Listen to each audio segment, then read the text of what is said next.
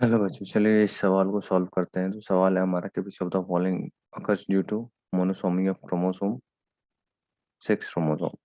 तो ए है Down syndrome है, बी है टर्नर सिंड्रोम है, सी है हेमोफीलिया है, या डी है सिकल सेल एनीमिया है। तो चलिए एक टर्म को समझते हैं। तो डाउन सिंड्रोम,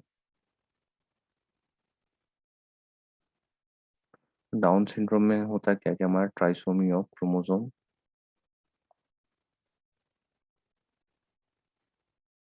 21, ठीक है। तो ट्राइसोमी का मतलब क्या होता है? तो सबसे पहले नॉर्मल समझते हैं कि नॉर्मल में क्या होता है कि हमारा जो क्रोमोसोम सेल में क्रोमोसोम होता है उसके दो होमोलोगस पेयर होते हैं।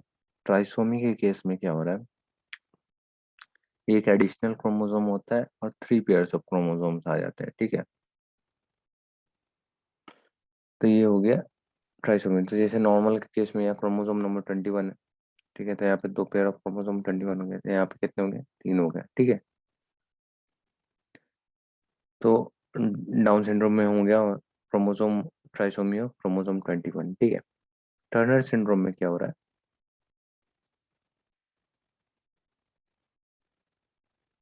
कि जो हमारा जो एक एक्स क्रोमोसोम होता है ना, वो लॉस हो जाता है, loss of 1 x chromosome. Turner syndrome generally females में देखा जाता है, ठीक है ना। तो जिसके कारण से क्या होता है कि जो पहले हमारा था 44+XX, अब जाके क्या हो गया, टर्नर सिंड्रोम के केस में क्या हो गया हमारा 44+X0 हो गया, मतलब एक लॉस हो गया। टोटल यहाँ 46 क्रोमोसोम थे, अब बच के रह गए 45 ही क्रोमोसोम्स, ठीक है, क्योंकि एक क्रोमोसोम जो है लॉस हो गया। नेक्स्ट है हमारा हीमोफीलिया। हीमोफीलिया जो है हमारा एक तरीके का हमारा जो है सेक्स लिंक्ड रिसेसिव डिसऑर्डर है, ठीक है ना।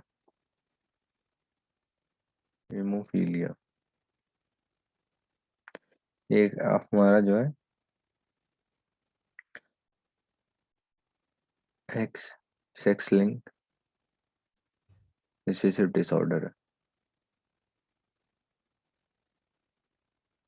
इसमें होता क्या है कि जो हमारे जो जीन्स होते हैं, हीमोफीलिया का जो जीन्स होता है जो सेक्स क्रोमोसोम पे, मेनली एक्स क्रोमोसोम पे, उसमें क्या होता है, म्यूटेशन होता है। म्यूटेशन होने के कारण से क्या होता है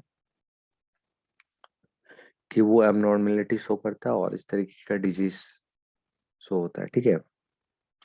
नेक्स्ट है हमारा सिकल सेल एनीमिया।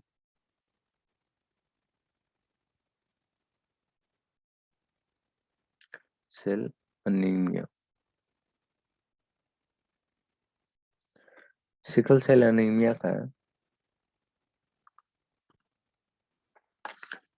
ये जो है हमारा ये ऑटोसोमल रिसेसिव डिसऑर्डर शो करता है, ठीक है ना।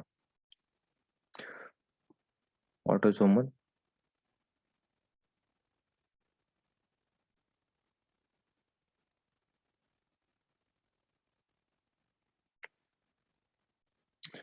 पैटर्न पैटर्न्स फॉलो करता है। इसमें क्या होता है ना कि इसके जो जीन है वो क्या होते हैं ना कि ऑटोसोम्स में पाए जाते हैं, और उसमें जो म्यूटेशन होने के कारण से इसके नॉर्मल जीन्स जो है ऑटोसोम्स में पाए जाते हैं, और ऑटोसोम्स में फिर क्या हुआ कि अगर वहाँ पे म्यूटेशन हुआ तो उस म्यूटेशन के कारण क्या हो रहा है, यहाँ पे सिकल सेल एनीमिया का फॉर्मेशन हो रहा है।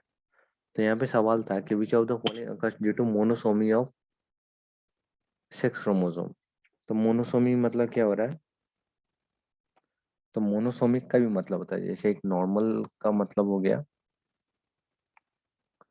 2n नंबर ऑफ क्रोमोसोम हो गया ना, तो मोनोसोमिक का मतलब हो गया 2n-1, ठीक है ना। उसी तरीके से नली सोमी होता है, तो नली सोमी का मतलब होता है 2n-2, ठीक है ना। तो -1 यहाँ रिप्रेजेंट करता है कि एक क्रोमोसोम का लॉस हो गया, और नलीसोमिक का मतलब हो गया कि 2 क्रोमोसोम का लॉस हो गया।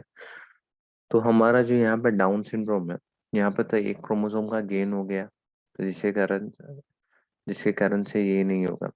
टर्नर सिंड्रोम क्या है कि यहाँ पे एक क्रोमोसोम का लॉस हो गया, हाँ, तो ये हो सकता है कि पहले जो हमारा 46 था और एक एक्स, यहाँ पे सेक्स क्रोमोसोम भी बोला है। तो टर्नर सिंड्रोम में क्या होता है कि हमारा एक एक्स क्रोमोसोम का लॉस होता है, जो कि एक सेक्स क्रोमोसोम है, ठीक है ना। तो जिसके कारण से क्या हो गया कि टर्नर सिंड्रोम करेक्ट ऑप्शन है। हीमोफीलिया और सिकल से अनीमिया है ना, ये एक तरीके का म्यूटेशन है, ठीक है ना। Mutation in the normal jeans which is found haemophilia में के केस में sex linked recessive, sex link gene में होता है। और जो सिकल सेल एनीमिया के केस में क्या, एक ऑटोसोमल जीन में जब म्यूटेशन होता है, उसके कारण से आपका जो ये डिसऑर्डर आते हैं ये दोनों, ठीक है, because of mutation, because of mutation, ठीक है ना। ये दोनों म्यूटेशन के कारण आ रहे हैं, न कि लॉस के कारण। तो हमारा जो करेक्ट ऑप्शन है B is the right answer, कि which of the following occurs due to monosomy of chromosome, B Turner syndrome.